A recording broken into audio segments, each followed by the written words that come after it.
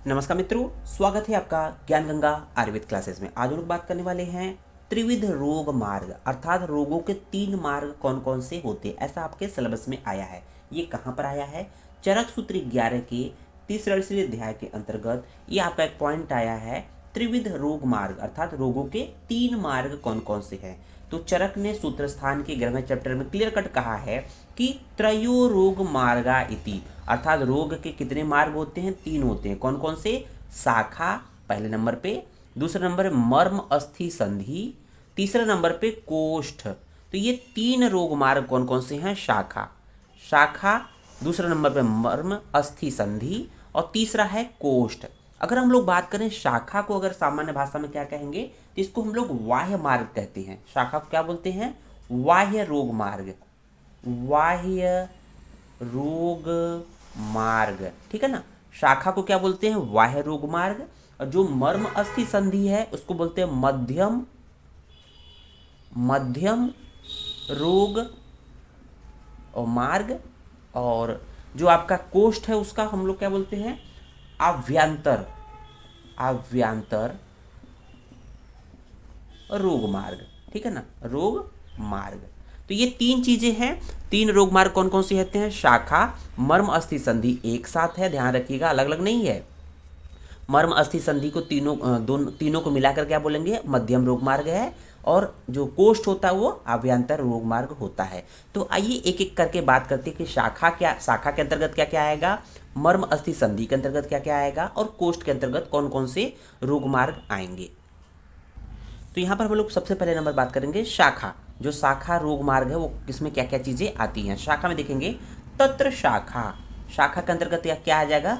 रक्त आदियो, रक्त आदि, है ना। जैसे हम लोग कहते हैं 7 धातु होती है, रस, रक्त, मांस में, अस्थि, मज्जा, शुक्र। उसी तरह से यहाँ रस धातु से न शुरू करके रक्त से शुरू किया गया है।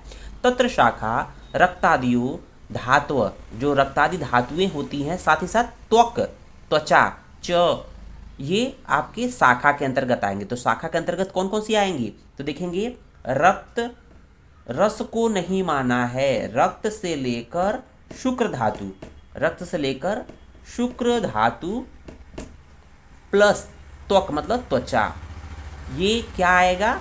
ये टोटल 6 चीजें हो गई, 6 1 7 जो है आपकी, ये क्या है? शाखा के अंतर्गत आएंगे। तो शाखा के अंतर्गत क्या नहीं आएगा?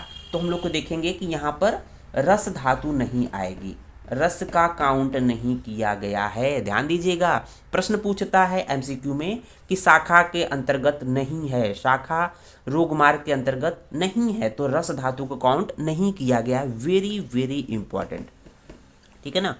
तो ध्यान दीजिएगा, रक्तादियो धातु प्लस त्वक, ये 7 चीजें होती हैं, 6 धातुएं प्लस 1 त्वचा, ये मिलकर आपके शाखा के अंतर्गत आएंगे। ये बाह्य रोग मार्ग है। उसके बाद देखेंगे सहवाह्य रोग मार्ग है, ये सभी बाह्य रोग मार्ग कहे गए हैं। उसके बाद देखते हैं हम लोग दूसरे नंबर पे मर्म अस्थि संधि। दूसरा नंबर बात करते हैं हम लोग कि मर्म और अस्थि संधि। अस्थि संधि का मतलब क्या है यहाँ पर? कि अस्थियों के जो ज्वाइंट्स होते हैं उसको बोलते हैं अस्थि संधि। अस्थि संधि मतलब अस्थियों के ज्वाइंट्स। तो यहाँ मर्म, तो यहाँ देखेंगे 2 चीजें हैं, मर्म है और अस्थि संधि है। तो यहाँ पर मर्म के अंतर्गत क्या आ जाएगा? तो यहाँ पर देखेंगे कि मर्माणी, मर्माणी, मर्माणी मर्म के अंतर्गत क्या आता है? पुनः बस्ती, हृदय, मूर्ध अर्थात सिर। तो मर्मों में हम लोग किसको किसको काउंट करते हैं? जैसे बस्ती अर्थात यूरिनरी ब्लैडर जिसको कहते हैं, हृदय और मूर्धा अर्थात सिर, ये मर्मों के अंतर्गत काउंट होते हैं। साथ ही साथ अस्थि संधि में क्या क्या चीजें आएंगी? तो हम लोग देख रहे होंगे अस्थि संधि में अस्थियों के संयोग, अस्थि संयोग अर्थात अस्थियों का जो ज्वाइंट होता है, साथ ही साथ तत्र उपनिबंधश्च, जो अस्थि का जो अब जब ज्वाइंट बनता है तो उसको बांधने के लिए कुछ लिगामेंट भी होते हैं इसको बांधने के लिए। तो साथ ही साथ कह रहा अस्थि संधियों में क्या आ जाएगा? अस्थि का संयोग अर्थात वो पॉइंट जहां पर अस्थियों का संयोग हो रहा है। तो जैसे मान लीजिए ये कुछ इस तरह से संयोग होता है,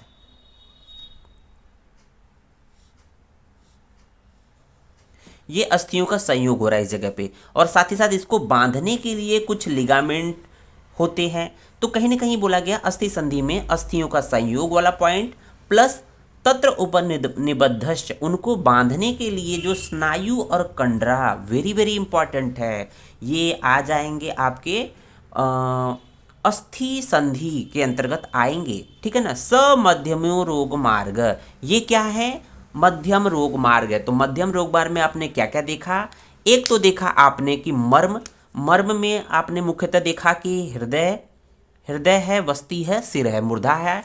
साथ ही साथ अस्थि संधि में क्या देखा कि अस्थियों का संयोग और उनको बांधने वाले, निबद्ध करने वाले स्नायु और कंडरा, ये मध्यम रोग मार्ग में काउंट होते हैं। तो पूछा जाता है मध्यम रोग मार्ग है, तो मर्म, अस्थि, संधि ये मध्यम रोग मार्ग के अंतर्गत आते हैं। तीसरे नंबर पे बात करते हैं हम लोग कि कोष्ठ के बारे में। यहाँ पर देख रहे हो तीसरा नंबर कोष्ठ। तो कोष्ठ क्या है, पहले श्लोक को पढ़ लेते हैं फिर उसके मीनिंग को जान लेते हैं। कोष्ठ पुनरुच्यते महास्रोत, महास्रोत शरीर मध्य महानिम्न आमाशय पक्वाशयश्च इति पर्याय शब्द तंत्रे सरोग मार्गा आव्यांतर, अर्थात कोष्ठ को इस तंत्र अर्थात इस चरक संहिता में कोष्ठ के पर्याय क्या क्या बोले गए हैं या कौन कौन से कोष्ठ के अंतर्गत रोग मार्ग आएंगे। तो यहाँ पर देखा गया महास्रोत, पहले नंबर पे महास्रोत, दूसरे नंबर पे शरीर मध्य, पहले नंबर पे महास्रोत, दूसरे नंबर पे शरीर मध्य, तीसरे नंबर पे महानिम्न आमाशय पक्वाशय। तो पहले नंबर पे महास्रोत, दूसरे कोष्ठ के पर्याय या कोष्ठ के अंतर्गत या फिर अभ्यंतर रोग मार्ग में कौन कौन से आएंगे, जिसको हम लोग कोष्ठ के पर्याय क्या बोले गए, महास्रोत, शरीर मध्य, महानिम्न आमाशय। तो आम पक्वाशय है ना, महानिम्न आमाशय पक्वाशय, ये क्या है एक तरह से इस तंत्र में, इस ये जो शब्द हैं इस तंत्र अर्थात इस संहिता में पर्याय के रूप में, किसके पर्याय के रूप में, कोष्ठ के पर्याय के रूप में आए हैं। और सरोग मार्ग अभ्यंतर, और इसी को हम लोग क्या बोलते हैं, अभ्यंतर रोग मार्ग या भीतरी रोग मार्ग। तो हमें उम्मीद है कि ये लेक्चर इजीली समझ में आ गया होगा कि बाह्य रोग मार्ग में हम लोगों ने सिर्फ और सिर्फ शाखा देखा था, शाखा में हम लोगों ने क्या देखा था, रस धातु को छोड़ दिया जाए तो रक्त आदि धातुएं प्लस त्वचा आ जाती थी। मध्यम रोग मार्ग की बात हम लोग किए थे तो वहाँ पर मर्म के साथ साथ अस्थि और मर्म के साथ साथ अस्थि संधि की बात किए थे।